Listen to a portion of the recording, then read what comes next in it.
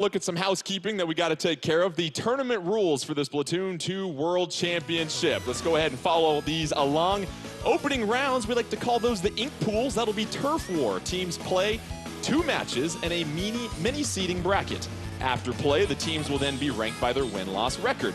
The semifinals, ranked battle, the matchups seed 1 versus 4 and 2 versus 3, and then an elimination best of 5, which will lead us to our 2 teams for the grand finals tomorrow, which will be a best of 7, kicking off at 1 p.m. tomorrow. And you look at the seeding schedule here, we've got a couple teams that are ready to go, but let's walk you through the first 4 matchups that we'll have in this opening round of Turf War. You see match 1, Set to Destroy X, representing the USA, taking on the Back Squids, representing Europe, and then the GG Boys from Japan, taking on Yeah Nah from Australia, New Zealand, and match 2. You'll see match 3, you take the loser of match 1 and the loser of match 2, and then match 4 will be the winner of match 1 and the winner of match 2.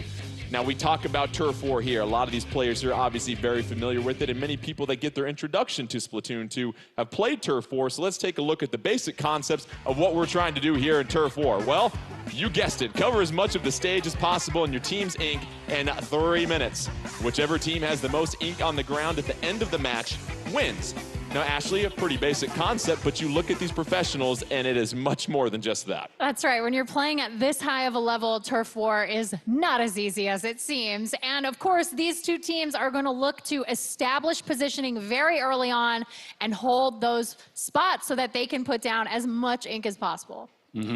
And to that point as well, the music change in the last minute is not just for show. Believe me, the last 30 seconds, the most important part of Turf War. You have to make sure that you're in the right spot to stop the enemy push, then save your specials, because it's all about who's ahead at the end. We heard about the team names, but let's take a moment to get to know the squads just a little bit better with a quick look at them.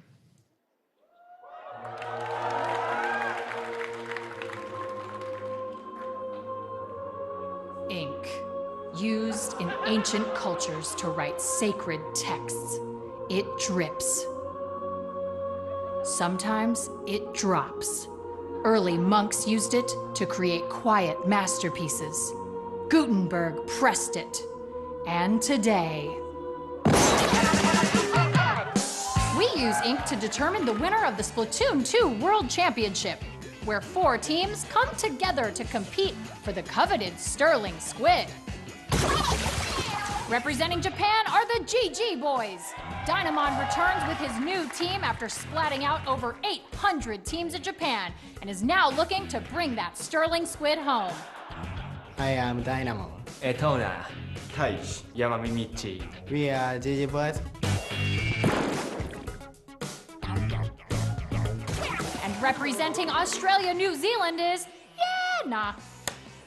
1, 2, 3.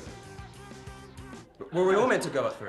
Arriving as the undefeated champions of the 2018 AUNZ Splatoon 2 Cup, this new team includes 2017 Invitational participant Latias.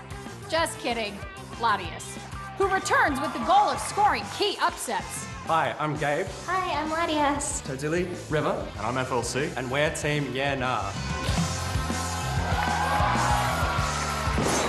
Representing the United States and Canada is Set to Destroy X. After the US defeated Japan in the 2017 Splatoon 2 World Inkling Invitational, key members of the US team became Set to Destroy X and continued their dominance by winning tournament after tournament after tournament. It was a lot of tournaments. The US is now ready to defend their title.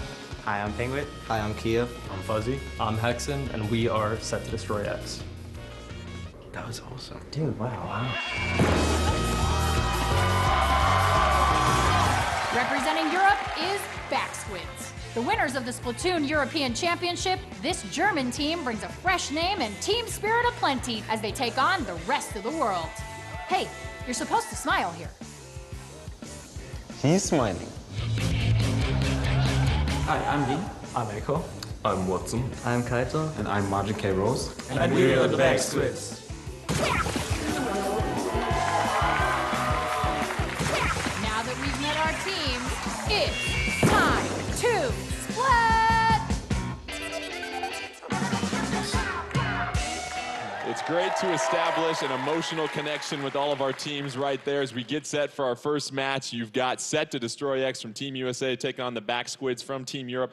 And 9, I want to talk about these special communication devices they'll be using as they get set to play here. Right, these teams have a special communication device tailored specifically for this tournament. I don't know if you can see them down there, but there are some 6 Splatoon 2 World Championship decals on the side, and communication so important in any team-based shooter, but especially this. There's only 4 members. They all have to be informed. Players getting their gear ready right now, and as far as the level selection, they'll be starting off on Piranha Pit. That was won by a coin toss by Team USA in the back, so we'll get a chance to look at that level. And you look at the different abilities in gear, what do you think lends itself well to Turf War here, Ashley? I think for Turf War, you're looking for things like, you know, swim speed. I always love swim speed. You can get back into the action quickly. I know we're going to probably see a lot of maybe super quick jump. I mean, there's a lot of different things you could pick, but the one thing that we won't be seeing, 9, as we were talking about, is sub-abilities. We will not be seeing sub-abilities today. Sub-abilities are disabled, so it's important to place the abilities that you are allowed to use on a premium, because you only get 3. Right. And I want to talk about the final 30 seconds of the match here, because we oftentimes say in Turf War, that's when it's make or break time there, 9. What are these teams trying to establish in those final ticks on the clock? Well, first of all, they want to position themselves properly. Everyone knows that when you're pushed back, you have to find a way back in. What beats that? Positioning. And on top of that, you need to have your specials. You know that the opponent is going to come out with specials. You have to have yours at the ready to counteract theirs. Players making their final adjustments and getting back to communication, we oftentimes talked about as well, too. That's one of the key features of these professional teams here, Ashley, their ability to talk and chat with one another and recognize threats. Yeah, of course. I mean, anybody who is playing Splatoon, you always want to be talking to your teammates, right? I know that I always play with my best friend. We're talking to each other in voice chat. We're telling each other, hey, there's someone on the left, there's someone on the right, there's someone on, you know, let's go flank. So it's an important feature. And with these guys, they are at the top of it. Let's get started with our first match in the Splatoon 2 World Championship. We've got Turf War on Piranha Pit. You'll go ahead and look at your screen. You see Team USA Set to Destroy X in the pink, and then you've got the Back Squids in yellow. Looking at the loadout, what are you noticing right here, 9? Well, you see Set to Destroy X running with 2 Rapid Blaster Pros. We're going to say that name a lot, and those who follow Splatoon know it is the dominant weapon currently in the meta. You see a Rapid Blaster on the side of Back Squids as well. Keep an eye on those weapons. Majin already using the Inkjet, able to get a splat on Wit right there. Going to go ahead and respond back to his spot right there. 4-3 advantage on the field for the Back Squids. And Ashley, we oftentimes talk about, yes, the 30 seconds are important at the end, but the first 30 to establish map control are just as important. That's right. You want to be able to get your positioning in. You want to start building that special as quickly as humanly possible, but not so quickly that you are actually out of the action. You don't want to stay away. Oh, these good trade for trades.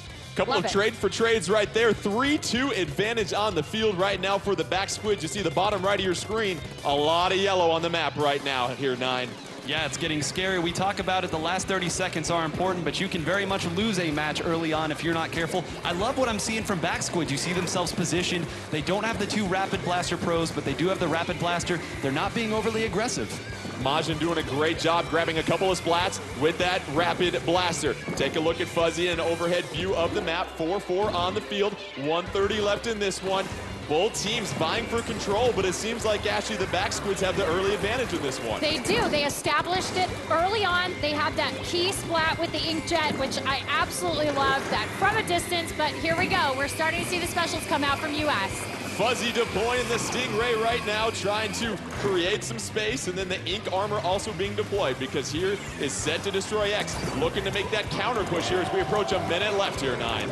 And they sent 2 people on the left side of the map. We talked earlier about how you need to pair up if you want to make something happen. They did a great job sending both Fuzzy and Pengit to the bottom of the screen. That allowed them to get the advantage they now have. 4-4 on the map. Wit has an Ink Storm sent out right now. That's going to help cover some turf for Set to Destroy X. You look at the map in the bottom right, it's pretty even at this point. Wit using that super jump to avoid the Stingray. Falls behind the splash wall. Wonderful job right there. Oh, but another splat for Splat. It's 2-1 though at this point here. here, 9. Here's where Set to Destroy X can make their push. But if you are the back squids, this is when you gotta hold things down. There's not going to be a lot of time for either side to build up their specials yet. It's all about holding on. You hear the crowd coming to a roar. Set to Destroy X moving to the top of the screen. This is their play.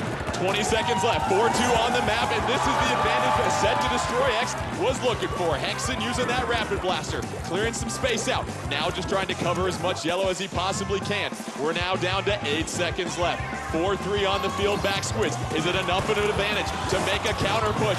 We will see. It's gonna be close.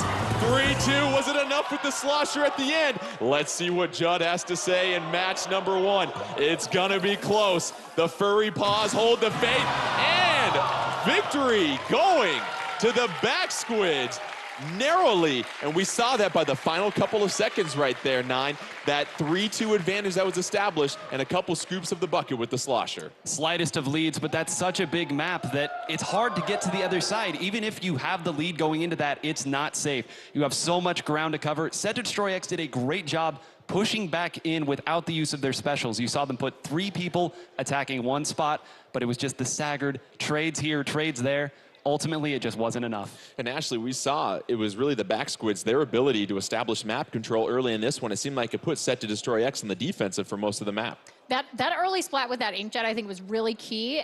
I think it hurt their ability, Set to Destroy X's ability to set up any kind of positioning. They had to kind of fall back a little bit. It really gave back squids an advantage throughout the entire match. And we talked about the trades and the splats that were going on. Let's take a look at our instant replay from that matchup. We'll zoom in here on Witt and see what he's doing in this Turf War matchup. And 9, why don't you go ahead and walk us through this as he lands on the super jump behind the splash wall. So this was a really key moment because you see the slosher is pushed up in an aggressive position, and they also had just fired their Stingray as well. Even though Pengit went down right after doing that, that was their frontliner that they had sent out there. Cleaning that up without anybody going down really set the tone for them to make that late comeback. But again, it just wasn't enough. And we saw a lot of splat for splats trades, as we said, Ashley, and really for Set to Destroy X, you're looking to try and get the splat, then make the push, but you don't get a chance to do that because the back squid's doing a great job of just playing defensive and making sure they secured the turf that they were able to grab. Absolutely, and they won a lot of their one-on-ones, and if they didn't win the one-on-one, they took someone down with them, and I think that was such a smart move on their part. You know, they didn't get overly aggressive.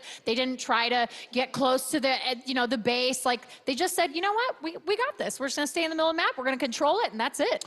Let's get set for our second matchup. It's going to be Yeah Nah from Australia, New Zealand, taking on the GG boys from Japan. You look at the other matches, Set to Destroy X will be in match 3. They'll play the loser of this match, and then the back squids will play the winner of this match. And 9, Australia, New Zealand won the coin toss backstage, and they decided to go with Manta Maria. Your initial thoughts on this stage for Turf War? Well, Charger. I don't know if Latias will be using that here today, but Manta Maria is such a well-balanced map. If you want to use a long-range weapon, you can go up to the top on that snipe area, the grading, and really make your presence felt. I think the spot they feel very comfortable, and we'll see if it pays off. And it seems like in Manta Maria, if you can get the upper hand and have the higher elevation there, Ashley, your team's going to have a huge advantage. Literally the upper hand. I mean, you've got a lot of verticality in this map. There's not a lot of ground space in the way of, you get to that center really quickly. So if you can get up high, you're definitely going to have an advantage with a slosher. You're going to have an advantage with a charger. You're going to have an advantage with any weapon that's going to put down a lot of ink. And 9, I want to discuss some more about these main abilities because, as we said, you don't get the chance to load up 12 quick swim speeds, basically, and be swimming all over the level. You've got to be very judicious about what abilities you choose. Right, and I think one of the most important abilities in the game right now is that quick respawn. It allows your frontliners, if they jump in to try to get back into the action, they get splatted, sent back to spawn. They're able to respawn very quickly, as it is called quick respawn, and they can jump back in and make their presence felt at sort of little to no risk. But because you're not able to stack that now, you've got to be a little more judicious with your jumps. About a minute away from getting started here, we've got the GG boys of Japan taking on Yeah Nah from Australia, New Zealand, and you look at the GG boys, and 9, we discussed, they took out over 800 teams to qualify here for these World Championships. 800 teams down, 3 more to go. That is the game plan for them here, but it just shows how experienced they are. That was a live environment like this, lots of teams, a big crowd. This is not too big a stage for them. The lobby is basically set to go. We're just waiting for one more check mark, and then we can get started here. Turf War on Manta Maria. We've got the GG boys from Japan taking on Yeah Nah from Australia, New Zealand. And we remember last year, the Aussies came in and they had quite the upset in Turf War early on, Ashley. They indeed did. We saw a lot of great play from them. And honestly, I'm excited to see what's going to happen right now. Well, let's get it started. Match number 2, GG Boys from Japan. You'll see them in the blue or purple ink, however you portray it. And then the green ink will represent Yadna from Australia, New Zealand, and 9. Give us the breakdown on the initial loadouts. Well, you're seeing 2 Dynamo rollers in the action right now. You would not have seen that a couple patches ago, but these are pretty similar compositions. Both sides using a lot of dualies here. Their long-range weapons are going to be the jumping point, but we already see one going down. Yamamichi with the nice splat, using those dualies and that mobility that he has. And Ashley, a lot of times, your ability to move around this stage is so critical to getting that advantage. That's right, and Yamamichi has the dualies, which enables him to roll. So he's able to get those double rolls in there, make sure he can get away from people, and again, win those one-on-ones and convert to ink on the ground. We've got an Inkjet versus a Stingray, as you see Latias up top with that heavy splatling, getting a nice job with that splatling right there. 2:15 left in this one. 4-3 advantage on the field for Yadna. You see their ability right now to use some of that range that they have here, 9, is giving them the early advantage. And another reason that range is so good on this map is because it's a long map. They're going to need to jump back into the action, as we see Yamamichi getting another great splat. Both sides are doing a great job of not getting locked out. There's been big moments, but they haven't let go. 4-4 on the map, 150 left. Make that 3-3 now, as we have a couple of splats right here. Latias using that splatling on top of the grate in the middle of the pier here in Manta Maria, as she's trying to score her team a pivotal victory here in match number 2 of the Splatoon 2 World Championship. Overseeing a few things. You see FLC using that Dynamo roller. Oh, but a 2-for-1 splat, courtesy of Yamamichi once again, 9. And they did a great job of moving in with the Stingray. Even if the Stingray isn't able to get the splats, it's a giant beam everyone's looking at that allowed them to push both of their dually players up and take that crucial position. Yamamichi just marinating in that toxic miss, and he don't even care right now, as it's 4-4 on the field. Both teams trying to seize control of the middle of the map. You now have 4-3 advantage for GG Boys, as FLC trying to rain it down with that Dynamo. Oh, Dynamo versus Dynamo, as Dynamon keeps him at bay. But here comes the Inkjet with about a minute left here. Ashley, what needs to happen with the final push? Well, I think Australia needs to get out there, and Yadna has got to start converting some of these one-on-ones. GG Boys are doing such a great job. They're being so aggressive. They're getting so far ahead that it's really hard for Australia to come around and flank. You see the Ink Storm on port side right now. 35 seconds left in 9. It looks like with the 3-2 advantage, this is an opportunity for the GG Boys to strike. It was, but you see all the frontliners went down just as we were saying that. The last one is Latias holding things down in the middle. She's not going to be able to do all the painting herself. They need to get in and get in quick. 18 seconds left. Ink armor deployed. Nice little overcoat for the GG Boys. Trying to get a few splats. Taiji unable to get the splat over there. You've got a 3-2 advantage on the field right now. 7 seconds left. Can GG Boys get the final push? Looks like they're able to get enough work done before the bell rang. Let's see what happens here as we go ahead and wrap up match number 2 between Japan and Australia, New Zealand. And the results are GG Boys with the victory, and they will move on to match 4 to take on the Back Squids. And so this was an example here, 9, of getting that final push with the last 30 seconds, and we saw that from the GG Boys. They got the numbers advantage, and those frontliners were able to advance. And the frontliner versus frontliner battle really was the story there at the end. We said Latias was stranded by herself. It's because too many 1v1 victories coming from the dualies of GG Boys, and sometimes that's just how it goes. And we saw Yamamichi with some big-time plays. Let's take a look at some of the action that was going on in this previous match. And you saw him with the dualies. And Ashley, a lot of times if you're one of those frontline players and you're the dualies, it's your job to go out there, get some ink out there, but also get some splats. That's right. I mean, Yamamichi is so aggressive. I love watching him with those dualies. He's absolutely fantastic. Look at the aim with his Inkjet. I mean, it was just so much fun to watch him get out there and get those splats. Well, as we get set for our third match, we will have Yadna from Australia, New Zealand, taking on Set to Destroy X from Team USA. And in order to determine the stage, our available stages left are Arowana Mall and Wahoo World. We will do a coin flip here in just a moment. And you will have Yadna, since they traveled the furthest here and put the most miles on the airplane to get here, they will get a chance to call the coin. And then, of course, match 4, Back Squids versus the GG Boys will have the remaining stage at that point. And it was interesting because we were talking about the Piranha Pit decision for Set to Destroy X here, 9, and they went with Piranha Pit because you eliminated the chargers in that level, but it wasn't able to work out for him. No, it wasn't. And whenever you have a strong long-range threat, you want to pick a map that allows you to encroach on that, some flanking lanes, things that you can just kind of put some pressure on there artificially without having to run up and get them. But like you said, didn't quite work out here, and we saw this matchup last year, too.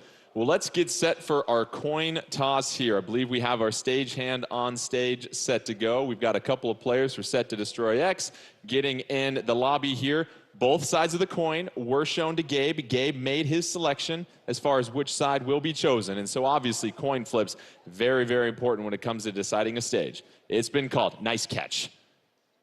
And it is the decision for Australia, New Zealand. They will get a chance to choose the stage. So will it be Arowana Mall or Wahoo World? And any thoughts on what they might be choosing here, Ashley, when you look at what they might be able to do?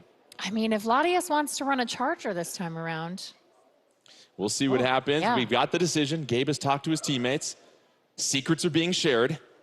They will be going with Arowana Mall will be the next stage decision for, I got to add a little drama right there. So let's do a little shopping here. And you look at Arowana Mall and how it's going to play for both these teams. Your thoughts here, Nine? It's a great map for anyone who plays a splatling. It's so good. You have those long lanes, and it's a very long map as well, sort of like Manta Maria. We saw what the Stingray can do there. It's all the more powerful here. Extra powerful So here. the winner of this match will be our 3 seed. The loser of this match will be the 4 seed when we go to our best of 5 and some of those ranked modes. So obviously a lot at stake here as players are choosing their weapons and choosing their items. Ashley, anything you might see differently from Set to Destroy X as they get set for their second bout of Turf War? I mean, I think that they're going to be a lot more aggressive in that first 30 seconds. These guys really do a great job of winning those one-on-ones, and I think we're going to see some. I think we might see some revenge play right here, where they're just like, we got to just come out hard and get in there. So I have a feeling we're going to see some very aggressive play. And we've talked a little bit about the specials here, Nine, but we saw some Ink Jets, we saw some Ink Storms as well too. What else lends itself well to Turf War here? Well, I say those are the big two. If you are not used to Inkjet, you will be very used to Inkjet by the end of this tournament. Inkjet, the most popular special in the game now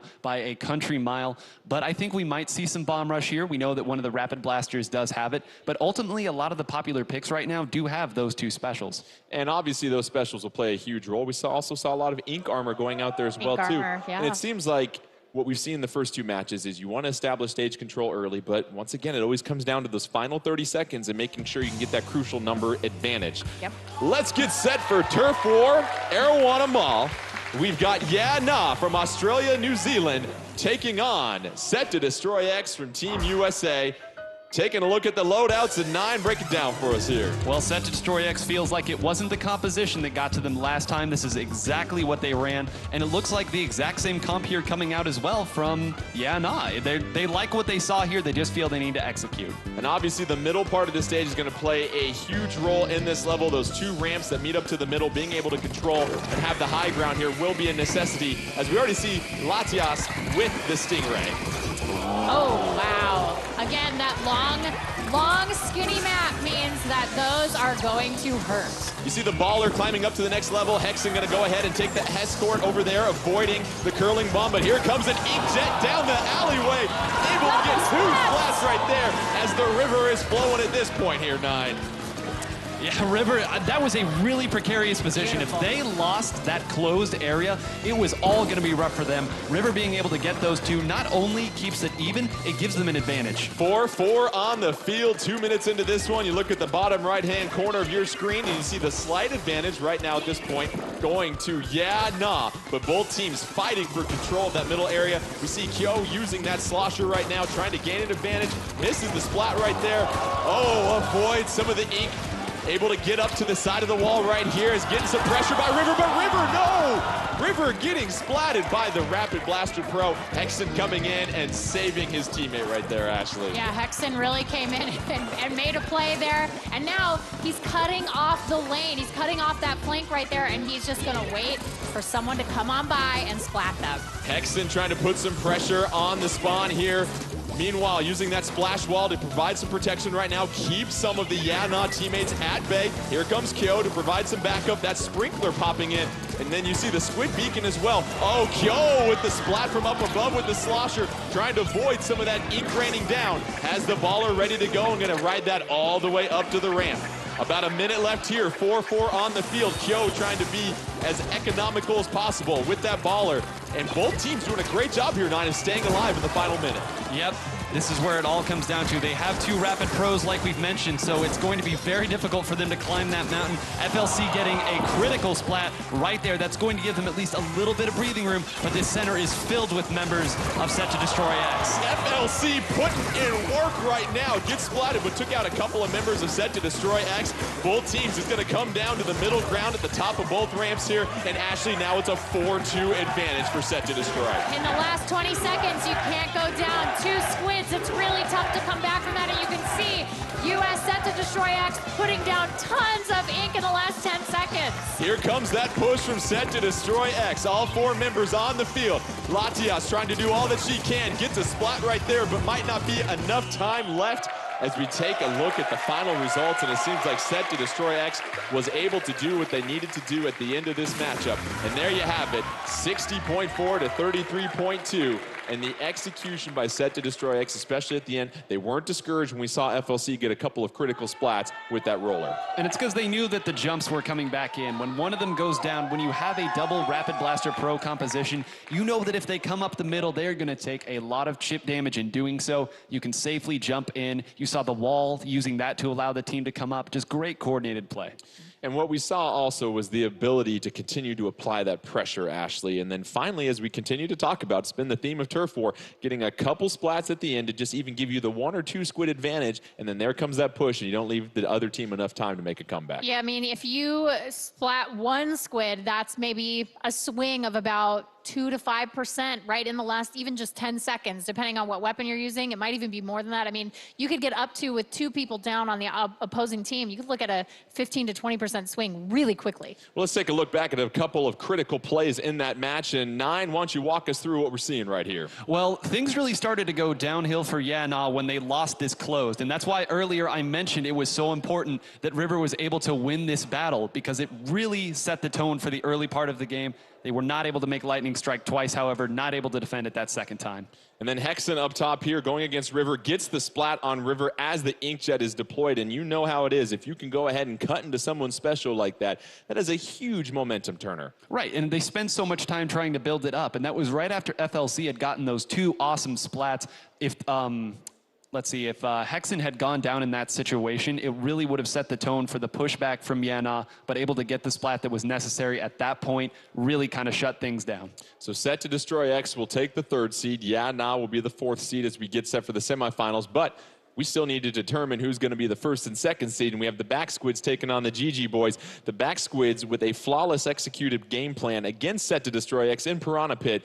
You look at this next map here, Wahoo World, that they will be on. Your thoughts on that map here? This is the map that both teams have the least amount of time with. And so I think that there is some real potential for an upset. So I'm looking forward to seeing how each team kind of handles that map, because it is a little bit different than the other maps that we've kind of played so far. It is a little bit different, and to your point of it being so new, I think these teams are maybe going to go with some safer compositional picks here. They might not go for the, maybe putting Dynamo at a certain position. I know the Dynamon, of course, very good with the Dynamo roller. It's in his name. But when you do that, you have to know the map very well. You have to know where you're comfortable. And if you're not comfortable on a new map, you might have to make a safer pick.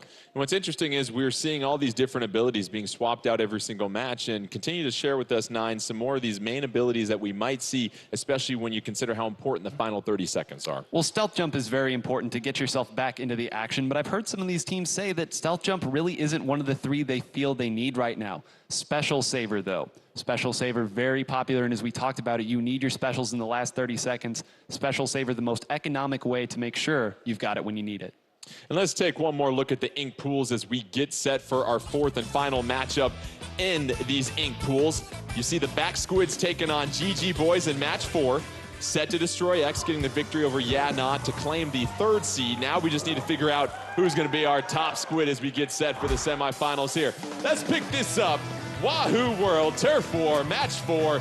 You've got in the blue/purple ink the Back Squids from Europe, and then the GG Boys from Japan in the orange. And what is it about the middle of this map that is so interesting here, Nine? Well, it's so interesting because you know you have to push forward and take it, but as we're seeing right now, Dynamon kind of just able to box him out here with this Rapid Blaster, but going to have to deal with Echo's Stingray here doing the exact same thing.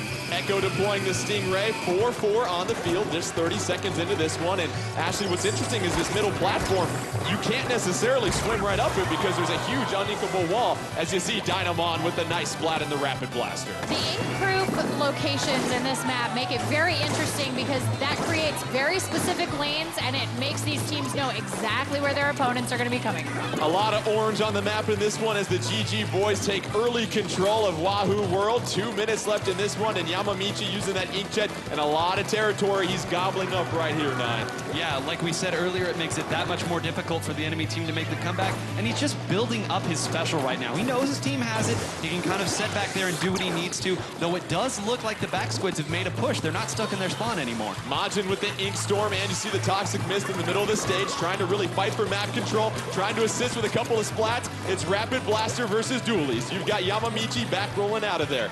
1:30 left in this one. Yamamichi with an inkjet ready to go. Going to throw out a couple of curling bombs and pave the way. Yamamichi trying to avoid damage right now. Moving along the map on the top cylinder. Has that special. Waiting to deploy it. And here comes the inkjet as Yamamichi gets the splat on Majin. 1:15 left in this one. 4-3 advantage as we see a sprinkler fall to the bottom.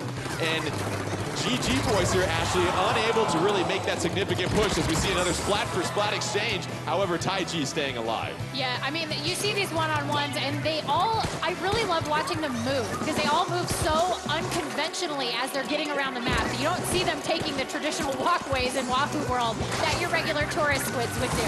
And so now with the baller, gets the splat on Watson. You've got 4-2 on the field, 3-2 at this point here. That's Flatling trying to create some damage and havoc from up above, able to get out of there. Etuna retreat. Sprinkler put down at this point, 37 seconds left, and you've got 4-4. What needs to happen if you're the Back Squids? You're trying to make a comeback here, Nine. Well, the first thing you have to do is deal with Yamamichi. Been living over here on this side of the map the entire time. They've got to get rid of him now. It's taking 2 of them, and Yamamichi finally goes down. This is the look that they needed, but Majin goes down. They needed him to stay alive. It's 2-2. 3-3 on the map. The Ink Storm getting ready to fade out. 13 seconds left. Oh, it's pretty close on the map, but a slight advantage right now to the GG Boys. It's 3-2 though. Is this the push? Don't call them the comeback Squids. 4 seconds left. Is it gonna be enough with the heavy splatling in the middle? Let's wait to see the results here. Might have been too much ink for the Back Squids to overcome, but we'll see what happens. You see quite a bit of orange on the left-hand side of your map. What does Judd have to say? And that will be a victory for the GG Boys. They claim the #1 seed. However, solid showing by the Back Squids. They will be the #2 seed as we get set for the semifinals here. And once again, we were talking about Yamamichi and the fact that he was having to pay rent. He was living at the top of the stage so much. And we could have said that 2 or 3 times throughout that game. We saw earlier the double splat that came in with the curling bomb and the inkjet combination. But that's the thing with dualies. They're so persistent. They're so difficult to get rid of. And when you have the skill of Yamamichi, it does often take 2 squids to take you down. Well, I believe we've got a replay from some of the action that was taking place in that 4th and final matchup in our ink pools. You had the GG Boys taking on the Back Squids, and really what's been so impressive when you look at the GG Boys, not only their communication, Ashley, but their ability to really just never give the other team an overwhelming advantage. They always seem to have 2 or 3 squids on the field of play, and we see Yamamichi in the inkjet here. Yeah, I mean, they're so good at cutting off lanes. This is the thing that I think the GG Boys do almost better than anybody else. I'd say Set to Destroy X also really close on that front. But, I mean, the way that they just find people and say, oh, no, I'm sorry. You won't be coming up this way. Like, we're just going to go ahead and we're going to cancel that. Let's take an updated look at the ink pools as we finish up with our 4th match here. And we obviously have our seeds determined for the semifinals. Set to Destroy X will be the 3rd seed. Your 4th seed will be Yadna from Australia, New Zealand. The Back Squids representing Europe, they will be your #2 seed. And the GG Boys from Japan, winning both of their matches in the ink pools, will be victorious. And we take a look at the semifinal brackets. It'll be the 1 seed versus the 4 seed. GG Boys taking on Ya Na in a best-of-5. And then you'll have the Back Squids facing off against Set to Destroy X. And Now we get to some of the ranked modes here, 9, and what changes as we get away from Turf War into some more of these strategic game modes. Well, almost everything changes, to be honest with you here. The one big thing is in this mode, if you make a big push early on, no matter what mode it is, you get to keep those points. It's not a situation where you take a big lead at the beginning and it just goes away. If you're able to make the big push and play defense, you more often than not find yourself winning. Well, you see the map that we have here for the 5 potential games. Splat Zones, Clam Blitz, Tower Control, Rainmaker, and then Tower Control if game 4 and 5 are necessary. So let's talk about Splat Zones because, Ashley, you talk to these professional players, and this is one of their favorite, most consistent game modes. You're going to control a patch of turf, which we like to call Splat Zone, in the center area of the stage for 100 counts. Once your team completely covers the zone with your ink color, your team's timer will begin to decrease. Whichever team has less time left on their timer at the end of the match wins. However, there are penalties that can be employed. That's right. If you have the countdown going and then your splat zones are taken over, you get penalized for that. And then it takes even longer to start that countdown over again. And so, 9, you look at the basic principles and rules of Splat Zones, but how do these professional players take it to another level where they can be so dominant on this game mode? Well, there's a time in the game we kind of call the lockout phase. It's when you've taken 2 or 3 down, the opponents are kind of staggered coming from spawn, and you have control of the zone. The good teams are the ones that are able to, much like in Turf War, identify where those threats are coming from, shut down the lanes, as you said, GG Boys is so good at, but it's really whoever can break that chain. They're going to build up their specials and push in with that. You'll see it go back and forth a little bit, but ultimately it's whoever can break that chain who finds themselves victorious. And it follows a similar pattern to what we saw in Turf War here, Ashley. You want to obviously get the Splat Zone. From that point, you do want to push into the other team's territory to make sure you're pushing them further away from the zone. Yeah, you want to make sure that they are nowhere near. You're going to just protect that splat zone at all costs. But the thing is we're also probably going to see a couple of them maybe do a little bit of forward hunting, as you will. They may take some ink forward and try to get around behind their opponents if they're coming into that splat zone. And if they have their specials loaded up, I think we're going to see some fireworks. Players are still getting set for this first semifinal matchup between the GG Boys from Japan and Ya Na from Australia, New Zealand. And we are seeing some changes in the gear here, 9, so it will be interesting to see what they deploy. But talk to me a little bit more about the communication and how these teams chunk up these maps, as I like to say, and are able to communicate to one another. Sure. So we've got some very simple callouts, left and right, that are commonly used here. If there's a spot where the sniper usually goes, we'd call it snipe. If there's a spot where you can access that, we call it flank. If there's a big box, we call it box. It's not always complicated, but it has to be precise and it has to be quick because, again, there's only 4 of you. If 2 go down, that's half your force. Oh, Professor 9, we appreciate the lesson. Let's go ahead and pick up Splat Zones and Mako Martin. What do you like about this level, Ashley? Because this is one of the newer ones we saw since the game's been released. I like this one as a splat zone choice because there is one splat zone, and this means that there is going to be a constant battle in the middle of Mako Mart for supremacy. Yeah, nah in the blue and the GG Boys in the green. And let's talk about this loadout here as we already have a 3-0 wipe on the field for the GG Boys here, 9.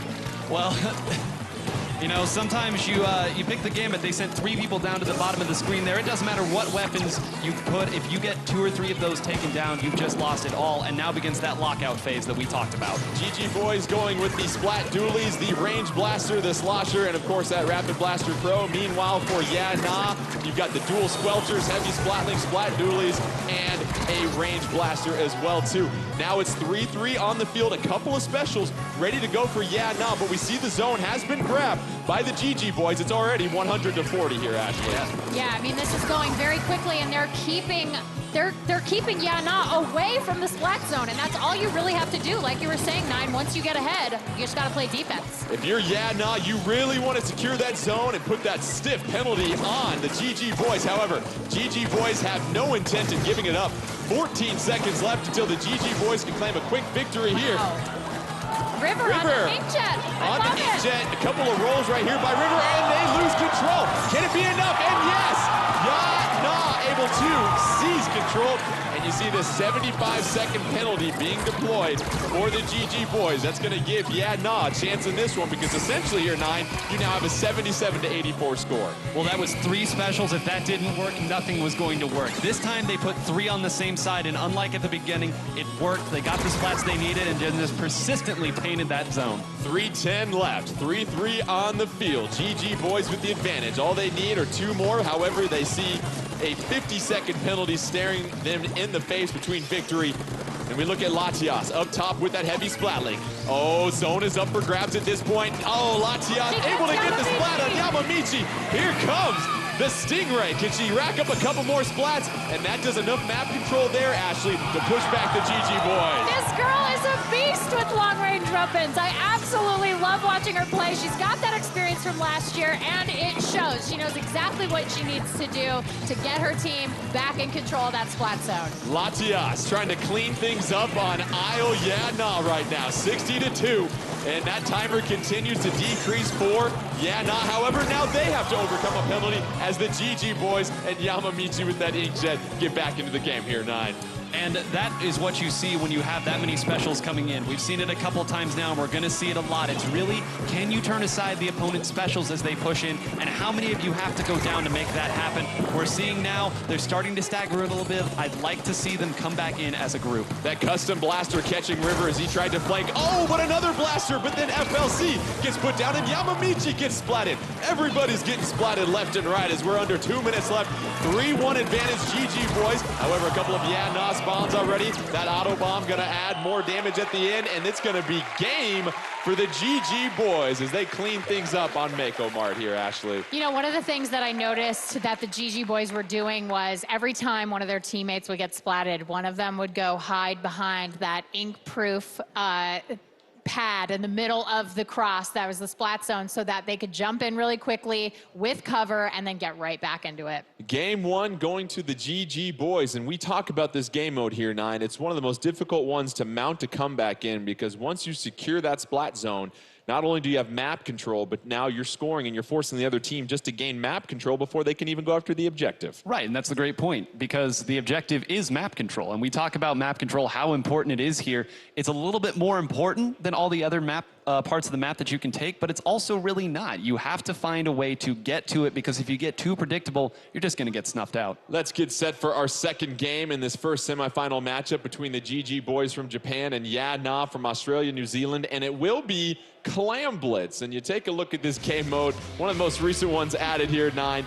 You're going to toss clams into the enemy basket. First team to score 100 points wins. You can find clams scattered around the stage. If you round up 10 clams, you create a power clam. A power clam is needed to break the basket's barrier. You toss one clam in the basket, that's 3 points. You get a power clam in there, that's 20 points. And Ashley, these power clams are going to be all over the stage, and so you have to be very judicious about when you pick those up and when you get a power clam. Definitely. I mean, if you are picking up 1 or 2 clams, maybe you're not as much of a target. But once you start getting into 4, 5, 6, and then, of course, once you have the power clam, you are persona non grata. Everyone's coming for you because they don't want you at their basket. And 9, obviously, if you get a power clam, everyone else on the map can see where you're at. However, there's an advantage to that because if you get splatted, you're not giving a huge help or boost to the opposing team. Right, and you have a lot of clams if you have that power clam. Like you said, it does take 10, and that means that you have enough clams that your opponent probably isn't building one to go up against you. And really, that clam economy is so important. Again, it comes back to map control. If you're covering some clams with your ink, you're able to see them even on your mini-map. You got to make sure you handle that currency on the stage. And Ashley, a lot of times it's more than just having one power clam, because if you have more than one, you're then going to put the focus on the opposing team that they're now going to have to shift to a defensive stance. Absolutely. I mean, you're going to see, if that is the case, you're going to see some fallbacks. You're going to see a lot of defense. I'm guessing maybe we might see a little bit, maybe a tent umbrella. That's what I'm keeping my fingers crossed for. Do you think? 9, do you think there could be a tent umbrella? Probably not. You no? know, it's more popular than it has been in the past. True. It's more popular. The Bubble's a very powerful special on this mode. People like to combine Bubbles, or the Bubble Blower rather, with the Baller. And that's another really popular special. You run in with that, it gives you a little bit of invulnerability, and it allows your teammates to super jump with those power claims, not even having to get close to it. And the strategy continues to develop for this game mode because it is still fairly fresh. But what we're seeing is most people online are kind of concerned about, well, if I get a power clam, everyone's going to know where I'm at. These players, 9, seem to be so talented. It doesn't matter whether you have a power clam or not. The opposing team knows where you're at.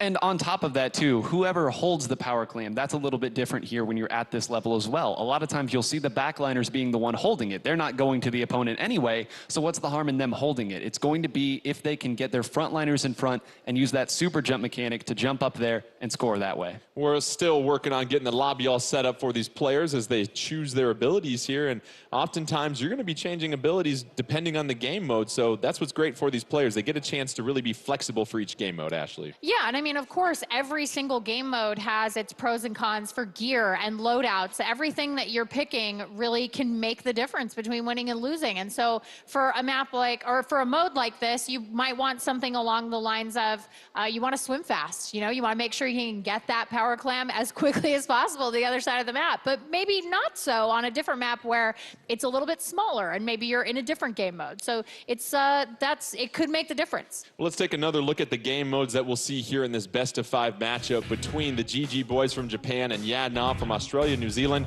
Game number 1, Splat Zones, that went to the GG boys. Game number 2, Clam Blitz, that's what we're breaking down for y'all right now. Game number 3 will be Tower Control, and if necessary, Game 4 will move to Rainmaker, and then if we get our treat here, which I hope we do, we get a Game 5, that will be Tower Control as well too. And you look at the different types of communication that goes on here, Nine, and not only is it telling your teammates where everybody else is, but what else are they communicating during Clam Blitz to make sure that they can make those coordinated pushes on the opposition? Well, I think the biggest thing that at this level you're looking for is you see when the enemy has power clams, so you don't need to call out those anymore. Everyone on the map can see it. What's important is to identify the front liner, to identify where that special might come from. You need to keep track at the top of the screen, see who has their special, see if someone has a baller, because the only way that you can stop that is really to be preemptive. I'm guessing we're going to see, for GG boys, I'm guessing we're going to see Yamamichi out there in front protecting whoever's got that power clam because he's been so good on dualies. And I have a feeling that's we're going to see the same thing going forward. And there's some other advanced strategies as well too, because once you have a power clam, you can pass it to your teammate as well too, and then you can also juggle some things too, Nine. Yeah, you can toss that power clam. Remember, the opponent only sees the power clam. They don't see the squid that's carrying it. So sometimes you'll see somebody throw one up ahead and use it as bait. Someone goes to that, they direct their fire that way. It allows you to sneak around back behind. These teams are pretty good at Clam Blitz. They're not going to fall for the simple tricks, but hey, bright lights, great opponents, you never know. And a lot of times, too, it's managing the respawn of these power clams as well, because it seems like teams really have a good idea of when to grab the clams out there, when they're going to respawn, and then the map control that comes with that. Yeah, and one of the things that we had discussed about Clam Blitz that I think is so interesting at this high level of play is clam management against your opponents, where you actually play keep away. It's like, you know, if you're ahead, just start collecting the clams so that your opponents just can't score. And then obviously there's penalties that happen in this one too, Nine, and those penalties can really mean a lot because they can prevent you from really improving your score, and we know how difficult it is to get a power football to the other team's basket. And it's frustrating because let's say that you go from 100 to 20, you score a lot of clams there, and then it goes away. Suddenly you have such a big penalty that you almost have to score another 80 just to get back down to it, where your opponent, now they have a fresh slate to work with. They're going to get what we call the pity clam, which happens when the basket closes, and now suddenly the ball's in your court. I made a pun. Oh, See? I like that. But Okay, the thing okay. is, footballs aren't on courts there, Nine. It's okay, though. You'll figure out your sporty sports someday there, buddy. Let's go ahead and get set for Clam Blitz as we take it to Is there a Sturgeon. Tentobrella on stage? It just got so shady. Oh, I love you, Nine. Let's go ahead and get this thing rolling here. Sturgeon Shipyard. Tell you what, why don't you tell us about the loadout here? Well, the Slosher Deco here that you're seeing Etino run, that's really going to be the deciding factor here. It's one of the best baller users in the game right now. It can build it up with that sprinkler as well, so keep an eye on that. That's going to be where most of the pressure is coming from. And then Ashley, Sturgeon Shipyard, you've got a couple defining features about that stage. Some of those big moving platforms will certainly make a difference as far as navigation goes. Definitely. Big moving platforms make it easy to put ink on them and go. You can get vertical, you can go horizontal with this. I mean, there's a lot of different ways to get across the map. And Dynamon with the first power clam on the field right now, or court if you're 9, 420 left in this one. Inkstorm ready to go for Dynamon. And 9, some of these specials you can't deploy. Oh, as we see a splat for splat and a couple of booyahs being deployed as it's now 2-2 on the field here, 9. And to go to an earlier point there, you see that spinner right now that's now turned up all the way vertical. You can actually put a power clam in from up there with a jump off. It's increasingly difficult to stop, but we're seeing now a little bit of pressure coming in. Great job by Yana slowing that one down. GG boys in the blue have already got a power clam in the basket. They take the early advantage, 80 to 100, but now they have a 10-point penalty to deal with at this point. 3:43. Oh, as Gabe with the splat bomb, that's going to give the advantage on the field to Yeah Nah, but GG Boys able to reclaim that. There's the pity clam ready to go for Yeah Nah, but we've got the barrier broken once again by the GG Boys as Taiji is in that inkjet trying to put some pressure on the spawn of Yeah Nah here, Ashley. Yeah, it was a lot of pressure in the spawn, and honestly, they're playing defense. They're playing defense at this point. And you see the little timer in between the scores. As long as you get a clam in the basket during that timer, you'll add more time. And yes, very smart here, 9. You see the GG Boys being very patient with their score, and it looks like they're going to close this one out. And the GG Boys, So patient. how about the management of the timer on the basket that we saw there, 9? Yeah, and knowing when it turns around and when it's almost there, you can just open it up right there, saying we're going to take every second we can, because they sent somebody back to collect more clams in the middle. They do spawn on a timer, and they do spawn in small pods of 4. You have to be able to identify where that is. But like you said, great job managing that timer. GG Boys get the KO against Yeah Nah from Australia, and they jump out to a 2-0 advantage here in the semifinals. And it looks like they just had no issues whatsoever controlling the map in that addition of Clam Bliss that we saw there, Ashley. Yeah, definitely not. I mean, Dynamon had the power clamp for a little while there, and that's, like we were saying, you know, the back line can carry that, and you still have these great offensive players out there up front just absolutely rolling on people, just taking control of everything that's going on and making easy lanes for a score. Let's get set for our third game, which will be tower control, and a lot of people very familiar with this game mode here, 9. And let's take a look at the basic rules here. You're going to ride the tower into the enemy's base. The tower moves automatically on a set path once a player is on it. If the battle ends with the tower not reaching the goal, the team with the lowest goal distance wins. However, there are checkpoints, and it seems like tower control is all about these checkpoint management and what you can do there, 9. And it's really important to identify where those checkpoints are. There are maps where getting past that first checkpoint almost feels like a win in and of itself. There's others where the first and second checkpoint could not be any easier to get past. And it's very important that you mount your defenses based on that map. Just knowing the mode's not enough. And Ashley, a lot of times you have to decide when you're going to hop on and off that tower, because if you sit there, you don't want to be a sitting squid, but you also need to be on there to advance it. I mean, we saw it last year in the finals, right? So we saw Dynamon and his team up there, three squids on the tower in overtime, and it was so heartbreaking. One bomb took them all out. And so, yeah, you want to know when to be on the tower, when to get off the tower. You got to know when people are coming so that you can get off, get right back on, and keep riding it to the finish. 9, I'm sure 2 words come to mind as far as one of the most powerful specials when it comes to tower control, and that is Sting and Ray. Not as powerful as it once was, but when you have a nice, slow-moving tower that you know everybody's going to be on, it's going to be there. It's going to be an easy shot for you. We call it the GG Ray for a reason. Tower control on Snapper Canal. Let's pick this one up. You've got in the purple, you've got the GG Boys taking on Yeah Nah in the green. Yeah Nah trying to avoid the 3-0 sweep. GG Boys trying to make it a quick trip to the finals tomorrow. And we see Dynamon with the heavy splatling here, 9. Yep, switching back to it, and of course it does have that Stingray like we talked about, but this map especially is one that lends itself to your backliner riding the tower and being a big threat the entire time. It's just a very scary map to play on. GG Boys already grabbed the tower, and they're moving in on the first checkpoint, and they're making some serious ground early into this one. 4-4 on the map, make that 4-3 as Yeah Nah is able to eliminate one of the GG Boys, but the tower continues to move, and here we are, Ashley, almost to the second checkpoint. But what we were talking about, you see Yeah Nah able to push GG Boys off that tower. Oh, and a trade right there. That was very, you know what? I think that Australia, Yeah Nah will take that trade because you don't want Yamamichi on the map. Gabe doing some fine work right here, getting a couple of splats in a row and deploying the Ink Storm. Gabe trying to avoid those curling bombs. Gabe dodge rolling a couple of times, but not enough. As you see, the splat takes out Gabe, and now it's 4-1 on the field for the GG Boys. They have the numbers advantage. River and Yamamichi. They're just swapping. Lots of splats right now. And you see Dynamon now hopping on the tower here, 9, as the GG Boys quickly approach that second checkpoint. And that second checkpoint really is the most important one. You saw how quickly that first checkpoint went, but you also saw that even though they had so much going for them, as Latias making her presence felt, it really is getting past that second checkpoint that often determines the winner. Latias, sweeter than Nutella with that charger right there, taking out a couple opponents at that point. 3:15 left in this one, and we've talked about how important it is to have that long distance distance control, especially on tower control here, Ashley. Absolutely, and if there's anybody who knows about long distance control, it's Latias. She is doing a great job trying to keep that tower from getting any closer to their base. Latias trying to avoid the incoming threat. Etna with those dualies, very mobile as we have the GG boys on the tower once again. 250 left in this one, 4-3 on the field advantage. Yeah, nah, Inkjet right now by FLC and the Stingray. So a couple of specials being deployed by Yadna, and they're able to stop the tower in its tracks, 9.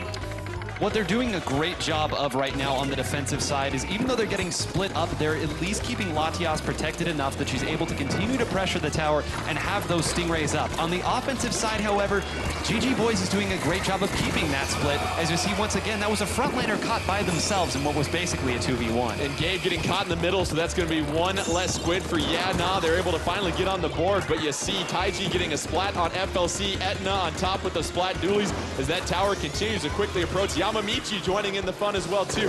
Throwing in a couple of curling bombs, and here comes Latias trying to play some backline security for Yadna as they try to stave off elimination in this third game. But now it's 4-3 on the map, and it seems like the GG boys are just relentless here, Ashley. They are absolutely relentless. You can see they're doing everything in their power to take Latias out of the game. That is the one thing that I think they're going to want as they get closer and closer to the finish. Dynamon using that Stingray on the tower, able to push it to the third and final checkpoint here, and now you've got your whole team really pushing Yadna deep into their spawn here, 9, as we look to see the GG boys close things out. 2 seconds left, and that will do it for the GG boys.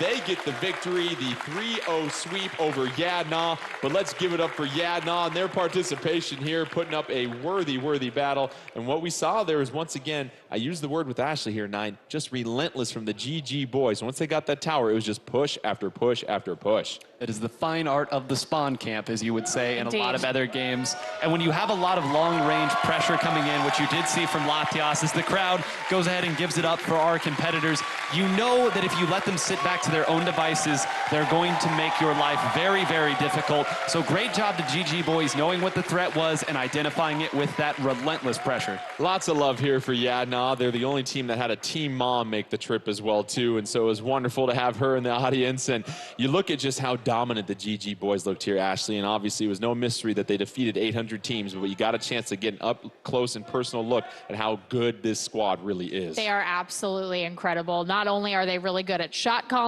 they're really good at cutting off lanes of their opponents, and they're also just they're just really good at Splatoon, you guys. I mean, it's really, like, it's insane to watch these players play. Like, all of them are so very good. Let's take a look at the updated bracket as the GG boys will advance to tomorrow's grand finals.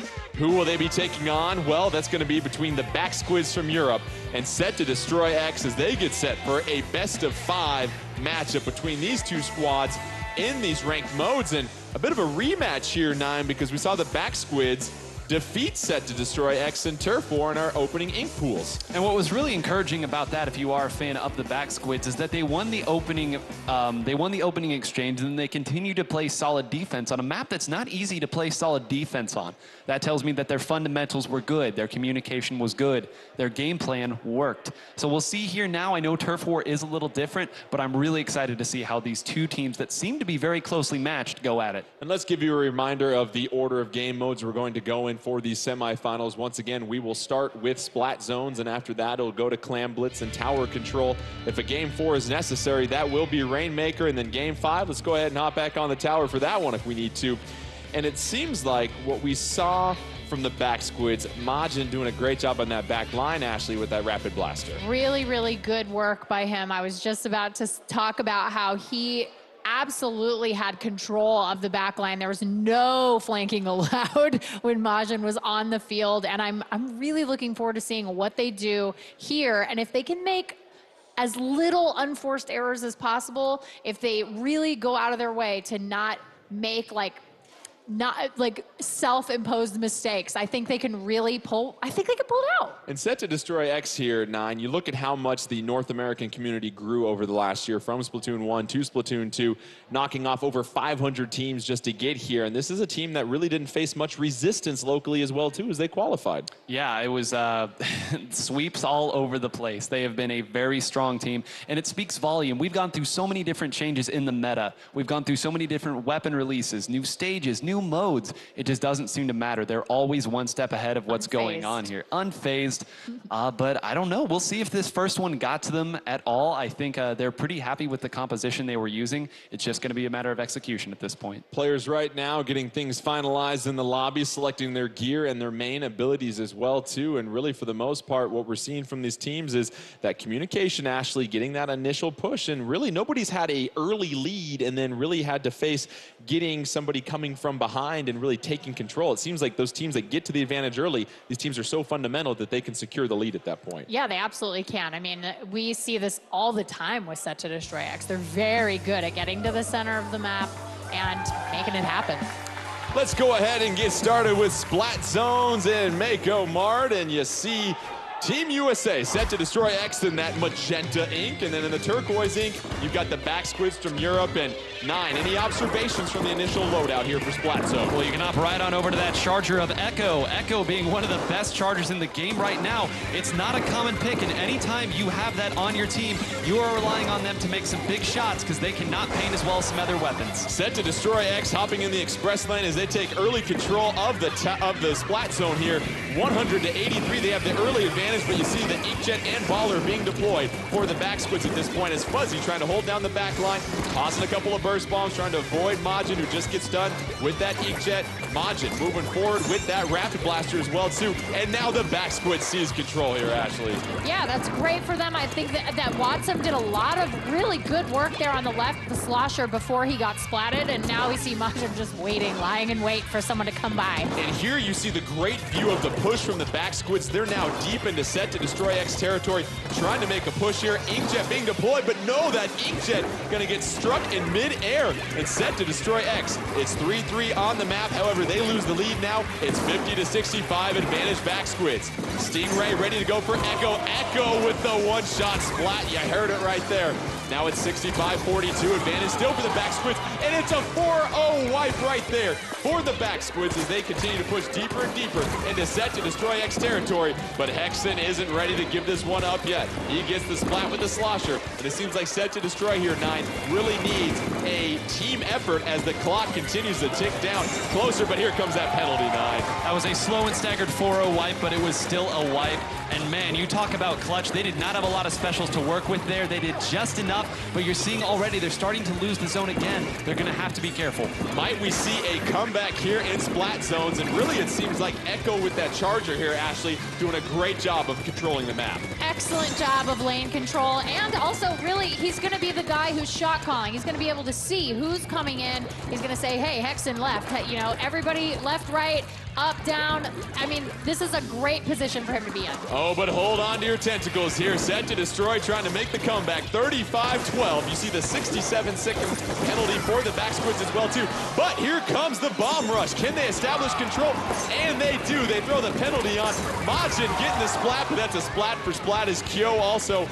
That Ink Storm helping out set to destroy X. It's now 2-2 on the field, 9. Looks like the back squids trying to cut deep into that penalty here. Fuzzy going to use this bomb rush a little bit preemptively, try to allow his team to come back in. He knows that they used 2 specials there and still lost that exchange, so he's going to have to give them an avenue back in, and it works just as intended. Set to destroy X. They get control of the zone once again. 2 minutes left, and Fuzzy was a beast, wasn't he? Getting the splat right there.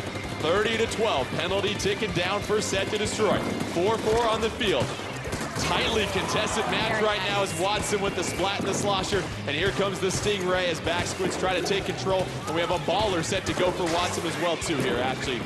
I mean, Watson has done such a great job on the left side of that map, just absolutely taking control. It's only been a couple of times he's been splatted over there, so I think he's really doing a great job here. Bomb rush being deployed. Hexen with that slosher, trying to gain control. Zone is up for grabs. 1:29 left in this one. And 9, now you start to figure the timer in this game starting to play a factor. And you see they're under 30 seconds left on this penalty. They've been working to it for so long, you almost forget that they're scoring here, but they are doing just that. This is what's important. You're going to see the back squids try to stack it, but Watson went down very early in that push. That might set them back. You've got one special ready to go for the back squids. They're going to need it to gain control, but here comes a baller from Hexen. Perfectly timed on the explosion. Avoids the suction bomb right there. And now you've got Set to Destroy X improving their score. It's trying to get equal, but no, Zone is up for grab. Can it be regained by either team? And yes, Set to Destroy X grabs it. It's a 4-0 wipe for them as they make a push. 3 seconds away from taking the lead. The chance of USA fueling this comeback for Set to Destroy X. 3 seconds left. Will they do it? And yes, we see our first comeback in Splat Zones and Set to Destroy X. Ashley using that 4-0 wipe at the perfect moment to take control of this game. I mean, it really is. It's a matter of seconds before things can change. And I honestly think Backsquids were doing a really good job of controlling Set to Destroy X, keeping them out of that splat zone, but it just wasn't enough. And honestly, Hexen's shot calling really, I think, made the difference here. It was great for them to, whenever you have an opponent pushing at you with 3 specials, almost every time we saw that zone flip all the way back. It was a back and forth endeavor. But we talked about it. Who can break that cycle? Who can break that chain? You have to identify where those specials are coming from very quick. That's exactly what they did. And once the 3 specials didn't flip it back the other way, you kind of got the sense that SCDX had it. Well, let's take a look at a couple key turning points in this matchup. And you were talking about it right there, Nine. The use of the specials. And what are we seeing here? A minute left. It looked like this is really when Set to Destroy X took control of everything. That's when all the specials have been used like that. And great job there by Pengit staying alive. Remember, when you go down, it paints the zone. And Pengit was standing in the back of that zone. That might have been enough to allow Echo to position a little bit better here. Some icing on the cake there at Kaito as he desperately tried to get back to that zone. But again, it really was their ability to kind of thrust aside those specials as they came in. What I liked about Wit right there, Ashley, is an understanding of the opponent's weapon. You're charging in with that rapid blaster, but you realize you've got the range advantage. I don't need to close the gap. Let me create some more distance. The timer is my friend at this point. Of course, and if they get splatted inside the splat zone, all the better, because that's just more ink for your team on the ground, keeping you in control. And we saw Echo using that Charger 9, and as we look back at some of his play, it looked very impressive as far as their ability, the back squids, to control the map early on. Take us through what we're seeing with Echo. Well, whenever you get a snipe, that generally means that you're, 1, in a good position to make it happen, and 2, it just is a complete momentum shift here. Again, that inkjet going down very quickly, quite important because that was a special that was used in an aggressive position. You see that snipe right there, Hexen, the frontliner. We talk how important it is for frontliners to be able to push back deep, but that really pushed that one aside, allowed that splat on Kyo to be opened up, but it all started with that snipe. And an absolutely thrilling matchup as we saw lead changes left and right. I think it's just an appetizer of what's to be expected between these two squads. Now we go ahead and change gears to Clamblitz for both of these teams. We got to see a little early addition as the GG boys took on Yeah Nah. Anything differently we might see from that early matchup, because it seemed like the GG boys got up to the early lead and then they really kept that pressure on Yeah Nah. I assume it'll be the same story in this. That's what both sides are going to be aiming to do. I imagine we'll see pretty similar compositions. The one thing that's interesting to me is what Echo is going to go here, because long range can thrive on this map, but don't be surprised if he goes with a different weapon, and he did, hopping over to that blaster for a little bit more pressure. Let's get things started on Sturgeon Shipyard Clamblitz. You've got in the turquoise the back squids of Europe, and then in the orange, you're going to be going with Set to Destroy X. They've got a 1-game lead on the back squids. Oh, 3-1 already. Hexen trying to put in some work at the slosher, and that's a splat for a splat, but now it's 2-0 on the field, Set to Destroy X, and those clams are up for grabs as Set to Destroy trying to take an early advantage here. And now it's all about managing map control in this little courtyard. It seems like, Ashley, the teams that have success there are really going to dominate this mode. Yeah, and you're going to be able to use those rotating pieces of the map to really do that. You can use it as cover. You can use it as a way to get in. Like Nine was saying, you can score from there. So these rotating pieces of the map are going to be so key for these two teams. An inkjet ready to go for Kaito. Neither team with a power claim at this point. Oh, but the splat in mid-air by Kyo. And that's a splat for a splat you'll take all day, Nine, when you take out a special, especially the inkjet. inkjet. And it also gave them a 3-1 lead. Is Penguin going to get another trade? But again, they're in an aggressive position. Not all trades are created equal here. You see they're going to the top to try to slow it down, and Kaito getting an important splat right there. Another trade. Both sides are trying to establish control of this lower area before they make their big push, but neither side is giving it away for free. Kyo and Hexen going down, and right now we just have a lot of splats exchanging sides. No team able to really put any pressure on with a power clam, and that just goes to show you how evenly matched these two teams seem to be early on in this semifinal. Oh, Majin putting in work once again with that Rapid Blaster Pro. And you've got a special in the Baller being deployed, and then an Ink Storm, as it seems like momentum starting to shift here, Ashley. I mean, yeah, this is a really good chance. You've got the Ink Storm coming in. It's going to slow down STDX. It's going to enable EU Backsquids to get in there and hopefully score some goals. Majin's got a couple of clams away from a power clam, and that's the first one that breaks the barrier, and now it's open. It's all about tossing those clams in, but great defensive push here, 9. And so there's something, so we talked about that pity clam earlier. You don't have to build up any clams to do so. They're going to charge in here as quickly as they can because they got that 4-0 wipe. If they're able to take out these frontliners right here, which it looks like they were able to get a couple of them here, this lead might go away instantly.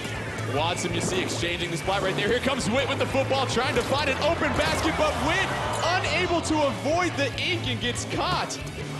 Custom Blaster getting the splat right there. 65-100 advantage right now for the Backsquids. 2:30 left in Clam Blitz as we've got Set to Destroy X with the 1-game lead. Here comes the splat bomb. Echo doing a fine job of avoiding that. Still peppering the area with some ink. Gonna take out that sprinkler. No, thank you. I don't need to waste any ink there. Echo trying to help fortify their position. Echo backing up, getting the splat on Fuzzy. Inkjet ready to go. Can Echo get another splat? More pressure being put on by the Backsquids.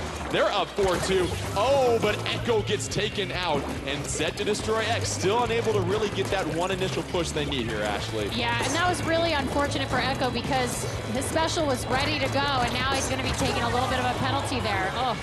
Rapid Blaster on Rapid Blaster crime right there as both go down with the splat. Hexen and Majin kill right now with that blaster, and we have a power clamp ready to go for Set to Destroy, but that one goes down. This is going to be a critical exchange, but the 3-on-1 is enough for the Backsquids to get the advantage there. And now 1:30 into play. We talk about that timer here, 9. Here comes the Baller. This is what we see all the time, although it looks like they were able to snuff out the carrier there. What happens is oftentimes if you defend that, you can't always break the Baller, but you can at least take down the carrier, and Watson making the presence felt right now. Watson putting a couple of splats in his bucket. It's all Watson. You better remember the name, and here comes the Baller in their base. Can he do enough damage? No, the Baller gets eliminated, and the defensive pressure once again, but the barrier is broken by the Backsquids, and they're continuing to build their lead against Set to Destroy X as we have a minute left. It's 50-100 Backsquids, and Watson really paving a way to help give the advantage to the Backsquids here, Ashley. Yeah, there's still a lot happening over here. Unfortunately, Echo didn't quite make it through that inkjet, but it looks like hopefully STDX is looking to make a really big push here in the last 40 seconds. 40 seconds left, as you said, 100-50, and if you are Set to Destroy X, you've got a power clamp in possession. However, you're down 4-2, 4-2 on the field right now, 9. 4-2, and those were their two frontliners as well. Kyo has not been as effective with that custom blaster as we would like to see running in, and it speaks volumes of the way that Majin is playing as that rotating back line. He has the longest range on the team, and he's using that to shut down those lanes on the left and right side. 13 seconds left. This most likely will go into overtime, and as you know here, 9, it just takes a couple of power clams and you can make a comeback when you're down 50. Is there going to be enough time and enough clams on the field for Set to Destroy to mount a comeback? And that is it. The Backsquids holding things down on Clam Blitz. And we saw a couple of those aggressive pushes, and you see the emotion on their faces and the communication. This is a team that came here with high hopes, and they are delivering early on, 9. And in a mode like Clam Blitz, so often we say Clam Blitz is the most volatile, but that was just fundamentals winning over and over, knowing how to push up and being able to identify Penguin, who had an incredible game there on that Rapid Blaster Pro. You have to be able to move them if you're going to make any pushes. Great job to them all around. And you see the emotion from the Backsquids. Let's look at that tear that Watson went on early in this one to help build the advantage for the back squids. You see a minute 30 left, and 9, go ahead and walk us through this sloshing action we're going to see. Well, it started off screen. You see there at the left side that the carrier of that power clam had already went down, so that baller was kind of a moot point. Watson, knows that he can rush up. That baller is no longer a threat. It's not heading his way, running right up, using that incredible fall-off damage that the slosher class does have, and just making it look so easy. I promise it's not, but hey, great players make great plays. Watson with 3 splats, and they were able to get another power clam into the goal. They built the 50-point lead, and it was too much for Set to Destroy X. In fact, you look at the defense here, and my goodness, Ashley, they were able to keep Set to Destroy X from even getting on the board that matchup. Yeah, they almost kept them entirely from that courtyard where their goal was. So that was incredible defense. And as Nine was saying earlier, I mean, in a mode like Clam Blitz, if you can get ahead early, play defense, defense wins the championship, you know? Now we shift gears. Look at you with the sport references. You learned a lot over the last year. I like it right there, Ashley. We're going to get set for tower control on Snapper Canal, and you figure in tower control, it's some of the similar things. A lot of blasters here, 9. That Stingray is important on that slow-moving tower, but also in Snapper Canal, it's an interesting level because there are some pitfalls, and you have to be very good with your maneuverability in this stage. And I think the GG boys and actually showed us pretty much exactly how you would like to play this. The long-range threats are going to be there. They're going to be able to put the pressure on the tower, so it's up to those frontliners to find a way to get in and pressure them, not let them have their way. And you look at the sub-weapons that are going to be used in here, and obviously a lot of bombs, and the splat bombs, suction bombs can be very important, but what about the Toxic Mist? We're seeing that from some teams as well, too, here, 9. Yeah, you throw it there, and especially on here, you know everyone's going to be around the tower. You toss it there, it just makes it that much more difficult for them to maneuver around. We're seeing Fuzzy here on the custom Jet Squelcher, as well as Echo on that Sniper. That's going to be the long-range threat we talked about. Let's go ahead and pick this up in Snapper Canal as we just get started with under 5 minutes to go. And what about the loadouts that we see here? We see some interesting choices and a Jet Squelcher for Set to Destroy X here, Ashley. Yeah, I mean, I really like that choice. It's not quite as long range, obviously, as a Charger, but, you know, it'll do the job, and I think that Set to Destroy X is ready to use it well. Back Squids take the early lead, 81 to 100. However, that tower is going to stop, and what did we just see that happen right there, 9? Those Stingrays canceled each other out, and now it's just the Rapid Blasters left. It was a mirror image on both sides. It was so important that both sides try to get that other Stingray down. Again, in this current patch, you can't use Stingray from the invincible spawn, as you saw right there. Echo making the presence felt again. 4:10 left in this one. 3-1 on the field for the Back Squids. They've got the early advantage, 77 to 100. Both teams have taken the game from each other as we see once again the Back Squids hopping on the tower, and now they're starting to cut into that first checkpoint, doing a great job of really applying that long-range pressure once again, Ashley. However, Fuzzy really leading the charge for all 4 Set to Destroy X players as they get the wipe. Yeah, oof, that was rough. I mean, you have Echo on the tower there, and that's not really the best positioning for him. You want him to be a little bit farther in the back line, kind of taking care of business. 88 to 74, the advantage right now for Back Squids, but it looks like that lead might change. Fuzzy trying to hold on, but oh, here comes the baller. It gets busted off.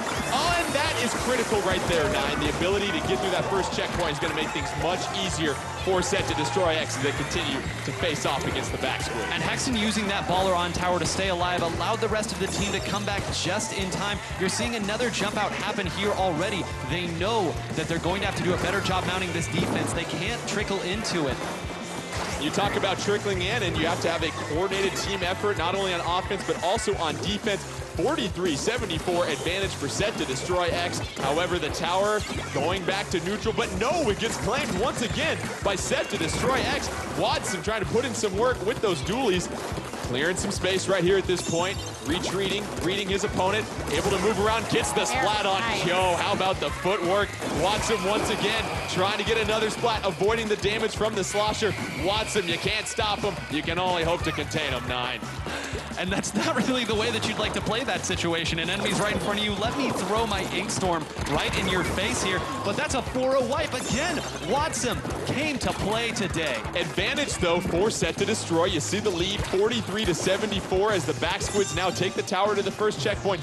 They're looking to finally clear it. Looks like they'll have no issues as Echo sits atop it right now with that Charger ready to go. Plenty of real estate in front of them as they now approach the second checkpoint. Kaito jumping in to help out. Watson rolling on the backside. Looks like a couple of splats with the slosh. Kyo going down.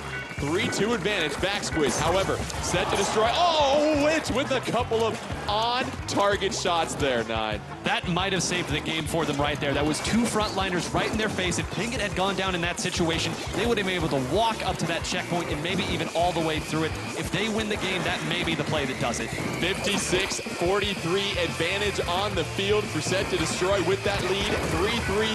Ashley, we got a minute 30 left though, and once again we see Watson on the tower.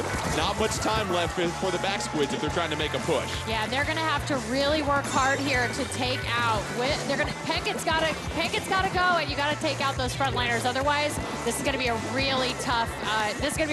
Turnaround for them. Wit playing the back line right now for set to destroy X. You think about maybe shifting to a defensive focus here. Echo trying to get some splats with that charger. Stingray ready to go. You've got Wit in the back line for set to destroy. 4-4 on the field. Neither team really trying to go get the tower at this point, 9. No, they're not able to get anywhere close to it. Kyo doing all of this crazy stuff there. I think we were trying to get some Sports Center highlight level play there. Not gonna go for it there. Majin going down there to Kyo is what really set this entire thing up. If Majin was able to get that same splat that we saw Pinga get earlier, they might not even be on the tower right now. Hexen with a couple of splats, and that Slosser has the baller ready to go. They're at the second checkpoint trying to add to their lead. You see the Toxic Mist trying to decrease things, and no, baller unable to be used, but a couple of critical splats. It's now 2-1 on the field back squids. You got about 20 seconds left, and Ashley, you got to be perfect if you want to make the comeback at this point. You do. I think that double splat hurt my heart a little bit, 9. I watched that happen, but I hope that they can jump on this tower here and get going. 4-3 on the field. 8 seconds left. Can set to destroy. Hold on strong. If you're the back squids, you got to hop on the tower at this point to force overtime. Majin on there, trying to force overtime. Here comes a couple of more back squids. Toxic Mist ready to go. Oh, but the defensive stance by set to destroy X. They're able to respond and take back another game. They now have the 2-1 advantage here, 9. Just enough defense there, held it on, knowing that at the very end, you just need to put a tiny piece of your body on that tower, and the game registers it as going the other way. But man, that was a lot closer than the final score indicated. It really was, and that's what we're seeing from both of these teams here, Ashley, is the fact that it's that initial push, but you aren't having much luck securing the game at that point. These other teams are making great comebacks, and what we saw from set to destroy X, just enough pressure late in the game to keep the back squids from mounting a comeback. Absolutely, and I think there was some really good special management in about the last minute or so of the game. They really took their time, made wise decisions on when to utilize those specials, and of course, if you happen to have I don't know, if you happen to have your special right at the end there and you can shoot it right at the tower, all the better. And I'm glad that you mentioned that, because there kind of becomes a game of cat and mouse in that situation. You look up, you see that your opponent has the Stingray, and you having your Stingray says, okay, I can't fire this first, because if they shoot that Stingray at the tower, it's gonna take me down. I have to be there ready to counter. And Wit obviously putting in some major work for set to destroy X. And what did we see right there, 9, as far as one of those critical points in this match? We saw 2 frontliners in the perfect position to steal that tower back and make a big push. And we saw a mid to back line player making a better play against all odds. Well, let's get set for game 4 in this semifinal matchup. It'll be our first look at Rainmaker in this Splatoon 2 World Championship. And let's break down what this is going to be all about. For those of you not familiar with it, you carry a mystical missile launcher called the Rainmaker to a pedestal in the enemy base. The Rainmaker is initially located in the center of the stage and is protected by a barrier. If the battle ends without a KO, the team with the lowest goal distance will win. And Ashley, you talk about a game that takes a lot of communication. You look at Rainmaker and everything that can happen with it. That's right. I mean, you really have to be talking to your opponents, especially the designated Rainmaker carrier. It needs to know exactly where everybody else is and how they can help propel their team to victory. And 9, map knowledge is always very important no matter what game mode, but it seems like in Rainmaker, every map is going to have an obvious route for the Rainmaker, but there's also that one little detour you can make where you can really take out a large chunk of your score. And shot calling so important here. When you pick up that Rainmaker, you have to know then and there, we're going this way, we're going left, we're going right up the middle, we're taking this path, that path, because if you hesitate, the opponent gains special meter when you are holding the Rainmaker. You know if you take too long, they're going to throw as many specials as they can, and everyone on the map can see that Rainmaker. Players in the lobby making their final adjustments as we get set for Rainmaker. Game 4, set to destroy X taking on the back squids. What's at stake? Well, set to destroy X is victorious. They will face off against the GG boys in our grand finals tomorrow. Back Squids trying to force a Game 5 and extend this semifinal matchup.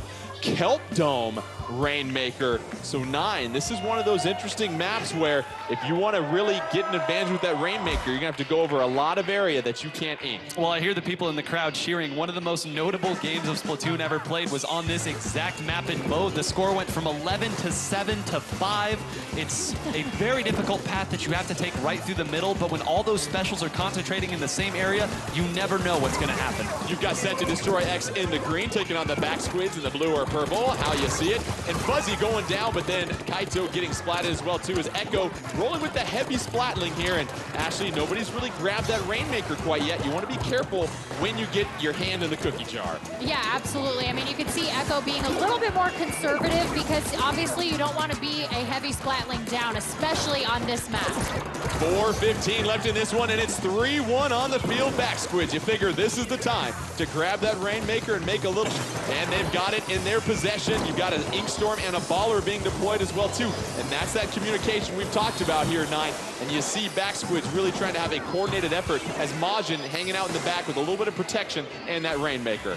Gonna opt to use that Stingray now, and there's the counter Stingray. We talked about the cat and mouse game that gets played there. Kyo had just enough time to respawn. I know he went down there, but this is a much better look, though they are 3 down.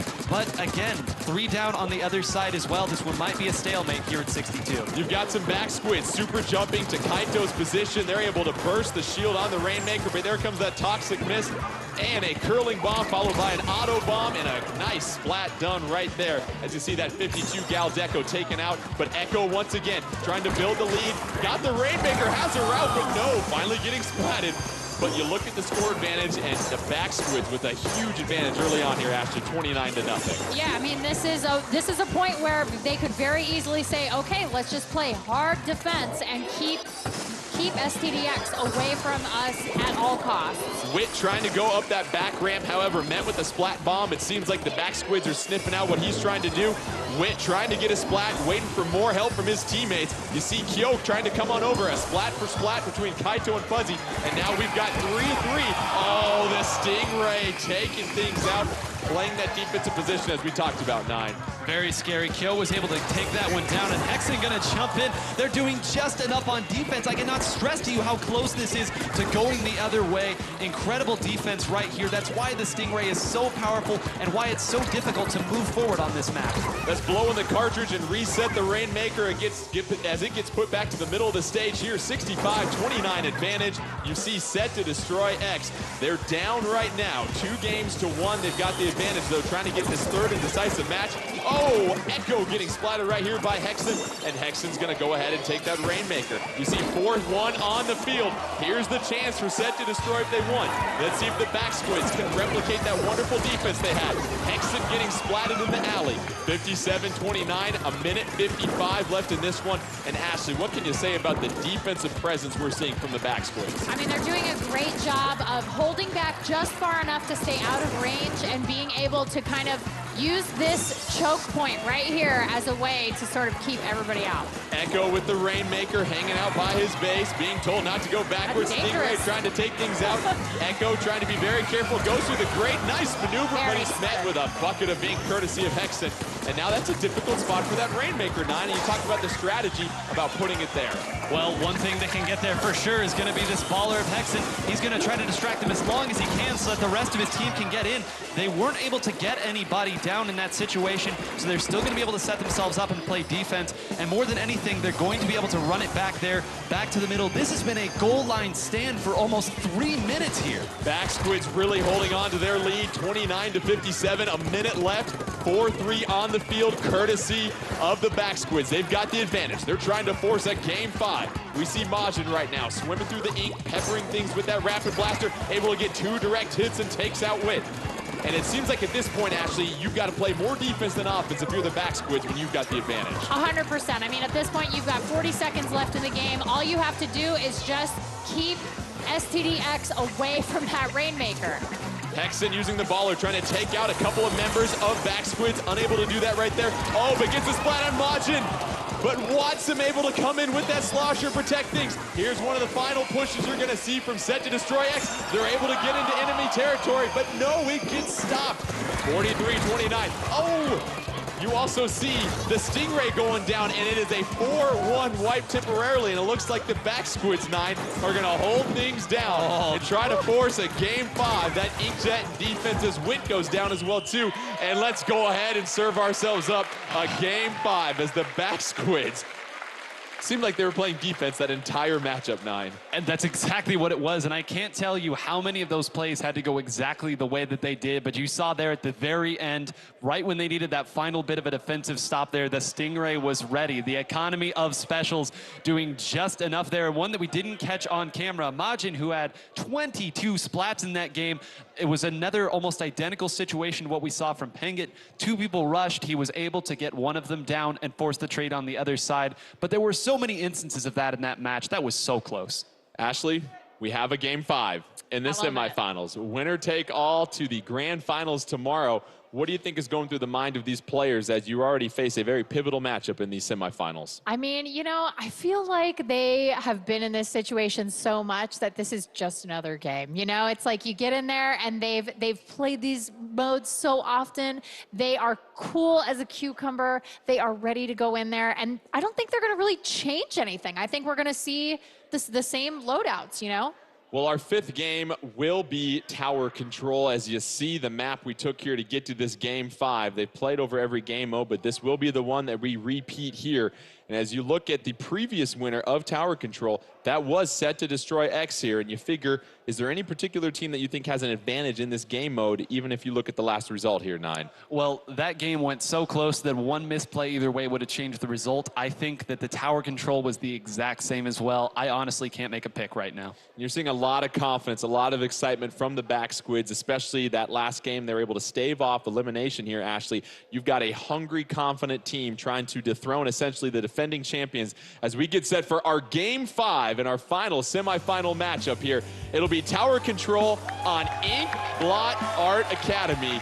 And what can you tell us about this stage here, Ash? I mean, I love the Inkblot Art Academy because it has that tower right in the middle, and then there's a really interesting route for the tower for me. I mean, usually you would expect it to maybe go a little bit up and over, but no, it goes all the way around. So there are some specific choke points here that are going to make it very difficult for any team to finish tower control. And 9, we see Echo bringing out that charger in this matchup. 3-2 on the map, and it's going to be the back squids in purple taking the early lead as they go ahead and take the tower to the first checkpoint. And you see already Echo has that Stingray built up. If a Stingray goes and aims at the tower, he's going to be able to do something about it with a Stingray of his own. The pressure is coming in. Great job to both Hexen and Kyo, kind of pincering that one and shutting it down. That first checkpoint always goes quick. That second checkpoint is the one we're going to be looking for. Wit getting a couple of splats right here. Keep an eye on him as we have, Wit once again serving up splats left and right. 100-70 early advantage for Set to destroy X as they face the deficit, but they're back on the tower now. Back squid's gonna have to play a little bit more of that famed defense that we've seen so far in these semifinals. 3-2 on the map. You overlook things, but now it's 4-1-9, and here's where Set to destroy X can try to seize the lead. And look at how far Kyo has been pushed up there on that. You also see Pengit all the way pushed up. Fuzzy's back here on the tower, but all the pressure is back there. The backliners are not going to be able to make their presence felt. They're starting to trickle in. This one might go all the way. Wit paving the way for Fuzzy in that tower as they get to the second checkpoint. A Stingray being deployed. 2-2 as we see a couple of members of Set to destroy X go down, but his buddies are going to come and join him on the tower. Fuzzy hopping off the tower, gets the splat. But Echo with the snipe, and that's going to go ahead and clear things out. And it looks like you got a defensive stance by the back squids. However, Ashley, Set to destroy X. The damage is done. They took the lead.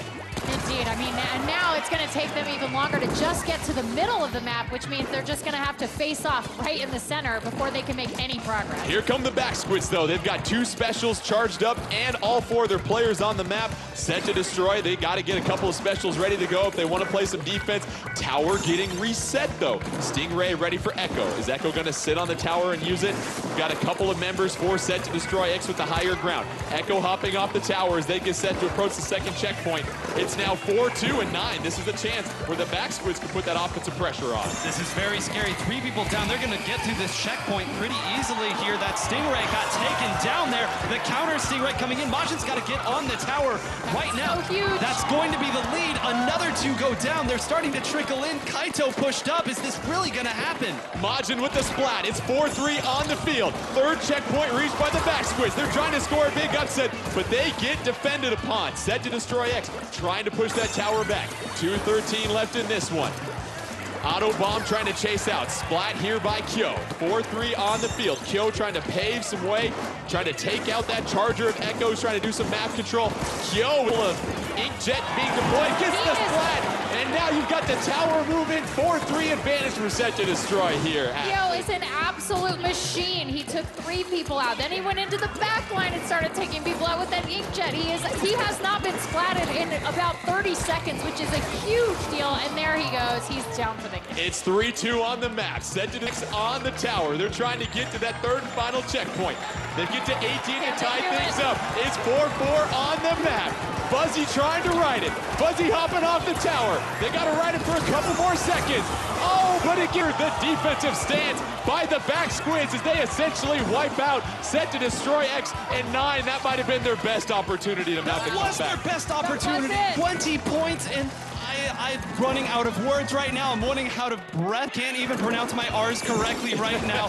This is so intense here. They're going to have to get back mid-control, but if you're the back squid, setting yourself on the back, everything was against you there, and you executed properly. Back squids, they've got 3 on the field, but they do have a Stingray ready to go for Echo, trying to sit back there and control the map. 49 seconds left, 20-18, advantage for the back squids. They were down 2-1, but can they score that? Oh, and Echo with the one-shot hit against Wit, taking him out. Go ahead and super jump back to base, but you've got Set to destroy X. 2 specials and a 3-2 advantage. Kyo trying to, it's gonna come down to this, folks. 30 seconds left here, 9. What needs to be executed? The Stingray coming out. He's coming out here as well, and the Stingray is now done. They're gonna need to get somebody. It's gonna be the baller coming in as well. The last one is Kyo. Get Kyo came in. Once again. Watson doing necessary to protect the house. 10 seconds left. Tower being back to the middle. Will this be the end for Set to destroy X? Will the back squids find them in the championships? And it's in overtime at this tower in the middle. It's not enough, and the back squids come from behind. 2-1 to get the victory. We've got controllers and cords flying everywhere. As victory goes to the back squids. They find themselves in the grand finals as they get set. Take on the GG boys. And how about the defensive presence we saw throughout that match there, 9? Clutch. That is the one word. I could say so many words right now, but clutch is the only one. I mean, you see it right here, the emotion coming out from the back squids there, knowing how very close that was, how many times they had to execute perfectly, and they did just enough to get those wins. They weren't pretty, but they still go in the win column. And Ashley, we try to catch our breath here from everything we just saw. How about that moment when you thought Set to destroy X was going to overcome and take the lead, but you get the perfect defensive stance? And what else can you say about Watson and what he was able to do? Watson on that slosher was an absolute beast. I mean, that was just great play by him. And again, with them having so much experience at this level, it enabled them to not panic. When they were just 2 beats away from getting the lead, they kept their calm, they did their job, and that let them win. And you see the joy and the emotion. How about a round of applause for Set to destroy X? Some very exciting games that we had here, but 9, let's take a look at a couple of replays that really decided this match. And you talk about back and forth and 2 teams that were really playing on an equal level throughout this entire semifinal. What are we seeing here as we almost saw the lead change? Well, exactly that. We almost saw the lead change here once again. Set to destroy X did everything right. Hexen pushed up with that baller, but you saw there the Inkjet come in, did just enough to push the baller back that gave them enough room to push up there as they wanted to. Watson came in and cleaned up right there at the end. Kyo almost single-handedly brought that game back for them, put them in that great spot, but again, great players make great plays, and when it's a game that's like that, you just can't identify one play. Competitive greatness, bringing your best when your best is needed, and Watson and the back squids able to do that. They will find themselves in the finals against the GG boys. But let's go ahead and bring out the rest of our other teams that participated today, and the man himself, Mr. Nogami.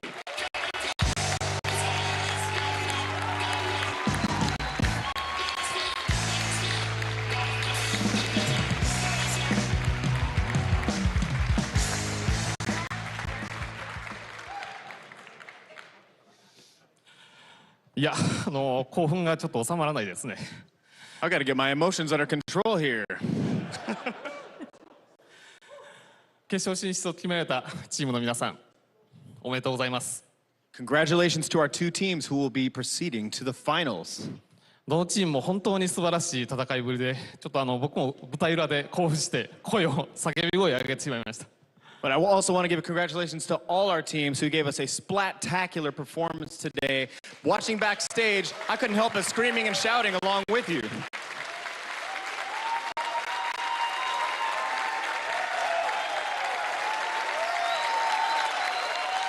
ありがとうございます。サンキュー。会場の皆さんや、あとインターネットで中継をご覧になっている皆さん、本当に応援ありがとうございました。Thank you, everybody here watching in the theater, for all your support, as well as all of you watching online at home.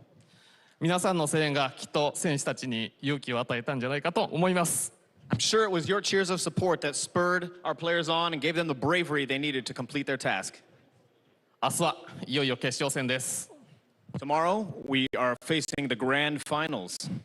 明日も楽しみにしてください。そして応援をお願いします。We hope you're looking forward to it, and we're looking forward to your continued support. Thank you very much. See you tomorrow. Let's give it up one more time for all of our teams and Mr. Nogami. The grand finals, you can catch that at 1 p.m. tomorrow. We will have the GG boys from Japan taking on the Back Squids from Europe.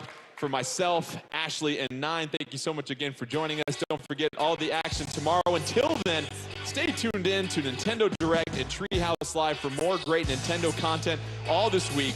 The Splatoon 2 World Championship Grand Finals tomorrow at 1 p.m. here at the Belasco Theater in Los Angeles. We'll see you then.